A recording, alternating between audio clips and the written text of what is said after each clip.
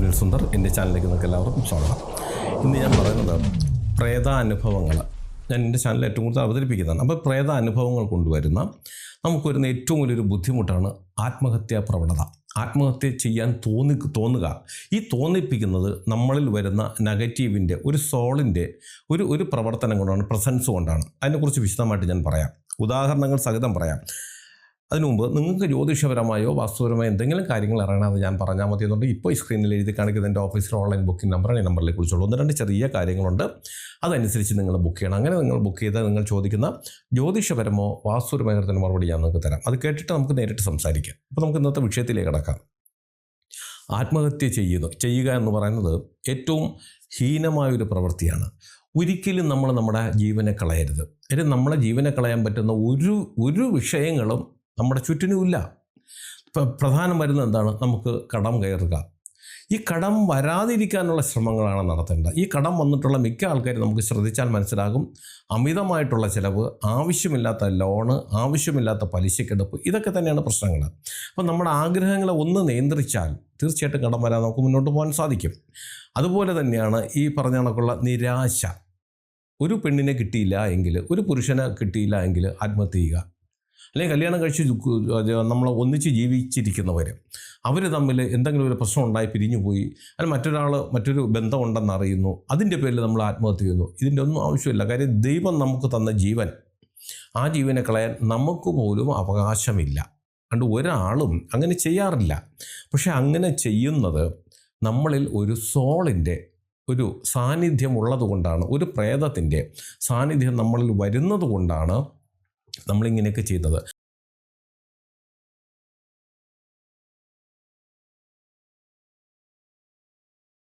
അപ്പോൾ പ്രേതം പിടിച്ചവരാണോ ആത്മഹത്യ ചെയ്യുന്നതെന്ന് ചോദിച്ചാൽ പൂർണ്ണമായും അങ്ങനെ പറയാൻ പറ്റില്ല. അതിൻ്റെ ഒരു കാരണം, എപ്പോഴാണ് നമ്മളെ ഈ സോള് നമ്മുടെ ഉള്ളിലേക്ക് കയറുന്നത്, നമ്മുടെ നിയന്ത്രണം ഏറ്റെടുക്കുന്നത്, നമുക്ക് സ്വബോധം നഷ്ടപ്പെട്ടു പോകുമ്പോൾ, അല്ലെങ്കിൽ നമ്മുടെ നിയന്ത്രണം നമ്മുടെ നിയന്ത്രണം നമ്മളിലാണ്. നമ്മൾ എന്ത് ആഹാരം കഴിക്കണം, എങ്ങോട്ട് പോകണം, ഒരു മുള്ളിൽ ചവിട്ടണോ, അല്ലെങ്കിൽ ഒരു പട്ടി വന്നാൽ എന്ത് ചെയ്യണം, ഇതെല്ലാം നമ്മുടെ നിയന്ത്രണത്തിലാണ് നമ്മുടെ ശരീരത്തെ നമ്മൾ നിയന്ത്രിക്കുന്നത്.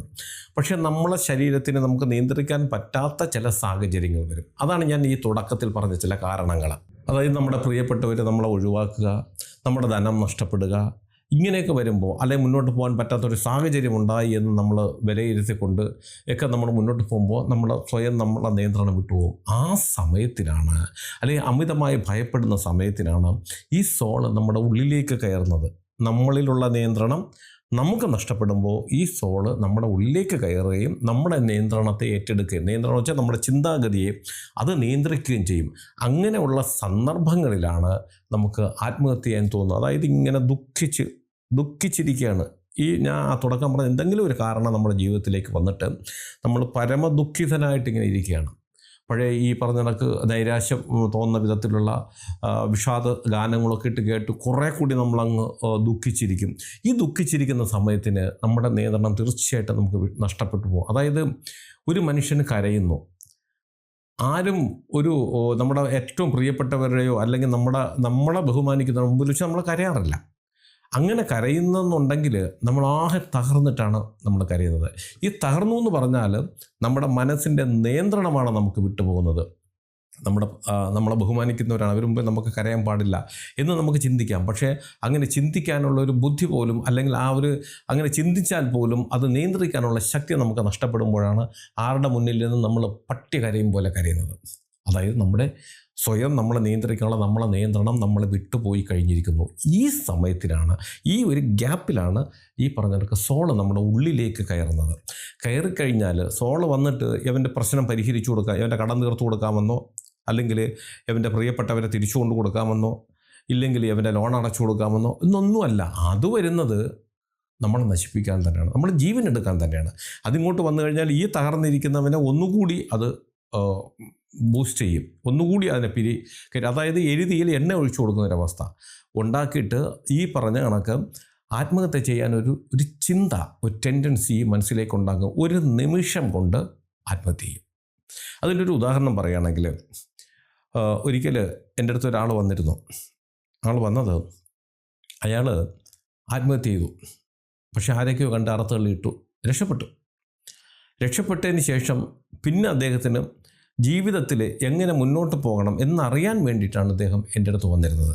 അപ്പം വന്നിരുന്ന അയാൾ പറഞ്ഞത്, അയാൾക്ക് കുറേ കടം വന്ന് നിവർത്തിയില്ലാതെ കടക്കാരുടെ ഒരു ബുദ്ധിമുട്ട് കൊണ്ട് ഇദ്ദേഹം ആത്മഹത്യ ചെയ്യാൻ തീരുമാനിക്കുന്നു.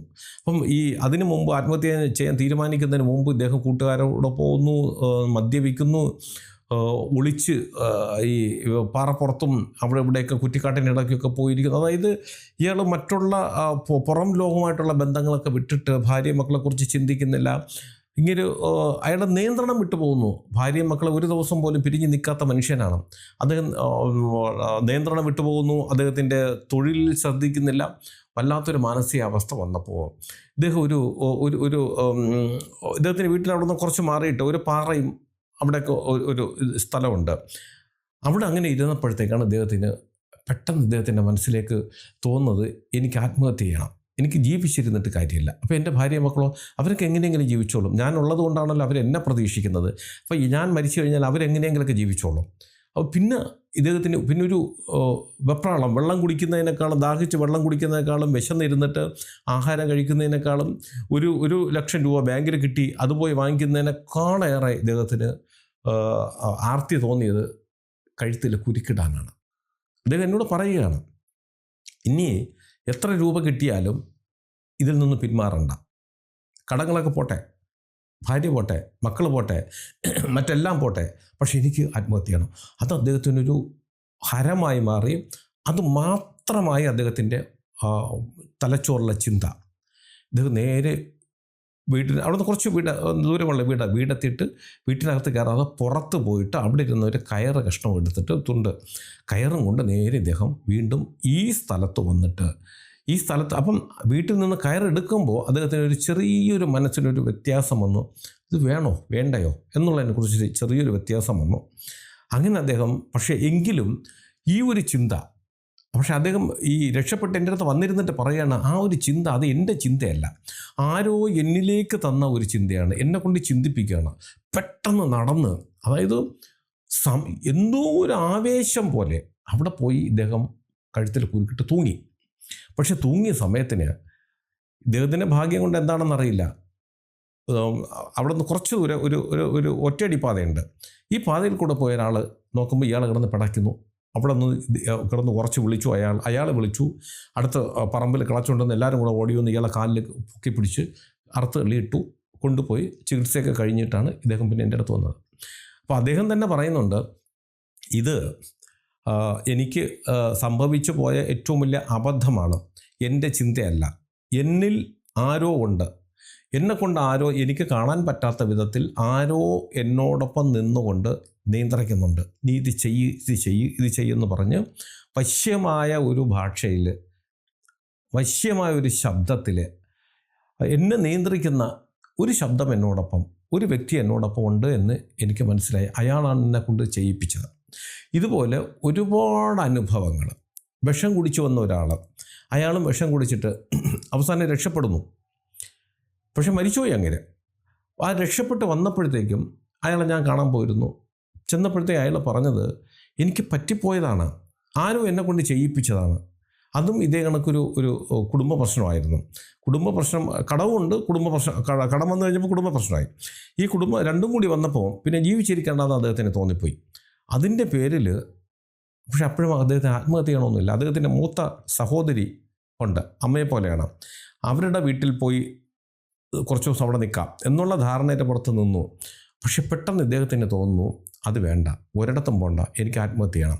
അദ്ദേഹം പറഞ്ഞത്, ആരോ ഒരാൾ എന്നെ കൊണ്ട് ഇതിങ്ങനെ നിർബന്ധിപ്പിക്കുന്നു.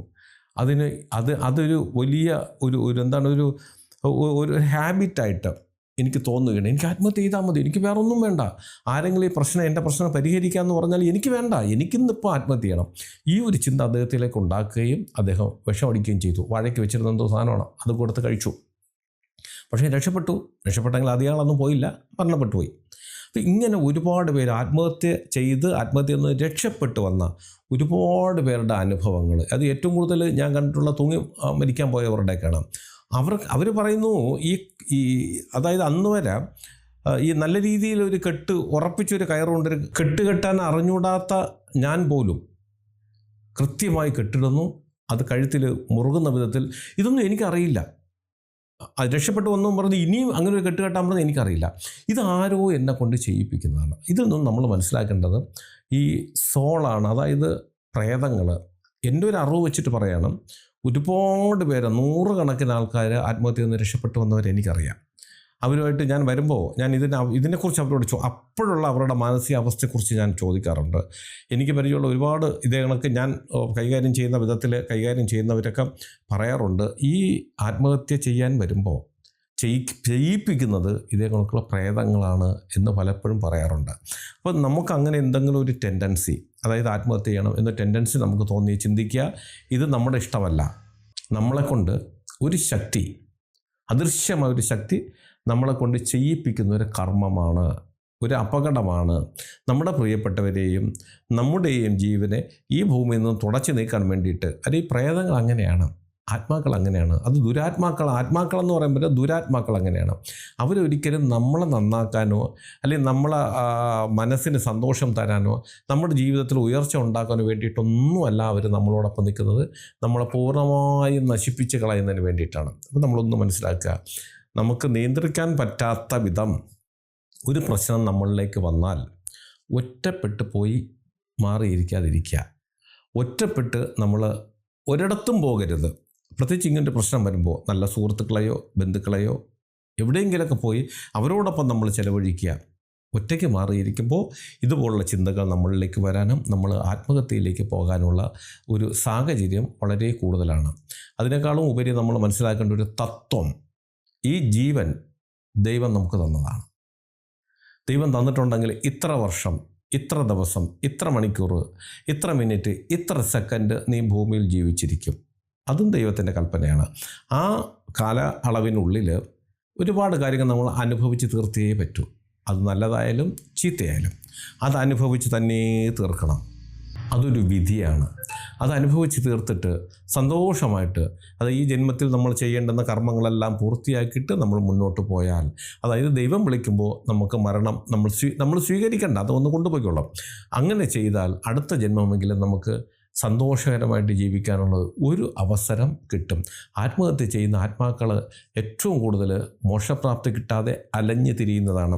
കാരണം ഈ പ്രേതബാധ ഒഴിപ്പിക്കാൻ പോകുമ്പോൾ ഏറ്റവും കൂടുതൽ നമുക്ക് ഇതിനെ പിടിക്കുമ്പോൾ ഏറ്റവും കൂടുതൽ വന്ന് പറയുന്നത്, വരുന്ന ആത്മാക്കളിൽ ഏറ്റവും കൂടുതലും ആത്മഹത്യ ചെയ്ത ആത്മാക്കളാണ് ഏറ്റവും അധികം പ്രേതങ്ങളായി വരുന്നത്.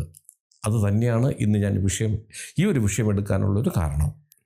ഞാൻ ഈ പറഞ്ഞ സംഭവം നിങ്ങൾക്ക് എല്ലാവർക്കും ഉപകാരപ്രദമാകട്ടെ. നിങ്ങൾക്ക് ജ്യോതിഷപരമായോ വാസ്തുപരമായോ എന്തെങ്കിലും കാര്യങ്ങൾ അറിയണം, അത് ഞാൻ പറഞ്ഞാൽ മതി എന്നുണ്ടെങ്കിൽ ഇപ്പോൾ ഈ സ്ക്രീനിൽ എഴുതി കാണിക്കുന്ന എൻ്റെ ഓഫീസിലെ ഓൺലൈൻ ബുക്കിംഗ് നമ്പറാണ് ഈ നമ്പറിലേക്ക് വിളിച്ചോളൂ. 1-2 ചെറിയ കാര്യങ്ങളുണ്ട്, അതനുസരിച്ച് നിങ്ങൾ ബുക്ക് ചെയ്യണം. അങ്ങനെ നിങ്ങൾ ബുക്ക് ചെയ്താൽ നിങ്ങൾ ചോദിക്കുന്ന ജ്യോതിഷപരമോ വാസ്തുപരമോ തന്നെ മറുപടി ഞാൻ നിങ്ങൾക്ക് തരാം. അത് കേട്ടിട്ട് നിങ്ങൾക്ക് എന്നെ തിരിച്ചു വിളിക്കുകയും ചെയ്യാം. അതുപോലെ നിങ്ങളുടെ വീടിനോ നിങ്ങളുടെ ഭൂമിക്കോ ഭൂമിദോഷമോ വാസ്തുദോഷമോ പ്രേതബാധാദോഷങ്ങളോ ശത്രുദോഷങ്ങളോ എന്നങ്ങനെ എന്തെങ്കിലും ഉണ്ട്, അങ്ങനെയൊക്കെ ഉള്ളത് നേരിട്ട് ആ ഭൂമിയിൽ വന്ന് കണ്ടുപിടിക്കുന്നതാണ് ഉത്തമം. അങ്ങനെയാണെങ്കിൽ തന്നെ നിങ്ങൾ വിളിച്ചോളൂ. അതിന് ഏത് ജില്ലയിലാണെങ്കിലും മറ്റൊരു സ്റ്റേറ്റിലാണെങ്കിലും സമയക്രമം അനുസരിച്ച് ഞാൻ അവിടെ വന്ന് കണ്ട് അതിനുള്ള പരിഹാര മാർഗ്ഗങ്ങളും ചെയ്തു തരാം. നിങ്ങൾക്ക് ജ്യോതിഷം ഓൺലൈൻ വഴി അല്ലാതെ നേരിട്ട് അറിയാനുള്ള സംവിധാനമുണ്ട്. അതിന് നിങ്ങൾ തിരുവനന്തപുരം വരേണ്ടി വരും. അങ്ങനെയാണെങ്കിൽ ഈ നമ്പർ വിളിച്ച് ബുക്ക് ചെയ്തതിന് ശേഷം വരാൻ ശ്രമിക്കുക. ഇതെൻ്റെ ഓഫീസിലെ ഓൺലൈൻ ബുക്കിംഗ് നമ്പറാണ്. ഇത് രാവിലെ 10 മണി മുതൽ വൈകുന്നേരം 5:30 മണി വരെ നിങ്ങൾക്ക് നമ്പർ വിളിച്ച് ബുക്ക് ചെയ്യാം. നിങ്ങൾ എൻ്റെ ചാനൽ സ്ഥിരമായിട്ടൊന്ന് കാണണം, സബ്സ്ക്രൈബ് ചെയ്യണം. എനിക്ക് വേണ്ടുന്ന എല്ലാവിധ പ്രോത്സാഹനങ്ങൾ തരികയും വേണം. നിങ്ങൾക്കും നിങ്ങളുടെ കുടുംബത്തിലെ ഓരോ അംഗത്തിനും എല്ലാവിധ ഐശ്വര്യങ്ങളും സന്തോഷവും സമാധാനവും ദീർഘായുസ്സും ഈശ്വരൻ തരട്ടെ എന്ന് ആത്മാർത്ഥമായി പ്രാർത്ഥിച്ചുകൊണ്ട് തൽക്കാലം നിർത്തുന്നു. അടുത്ത ഒരു വീഡിയോയുമായി കാണുന്നവരെല്ലാവർക്കും നന്ദി, നമസ്കാരം.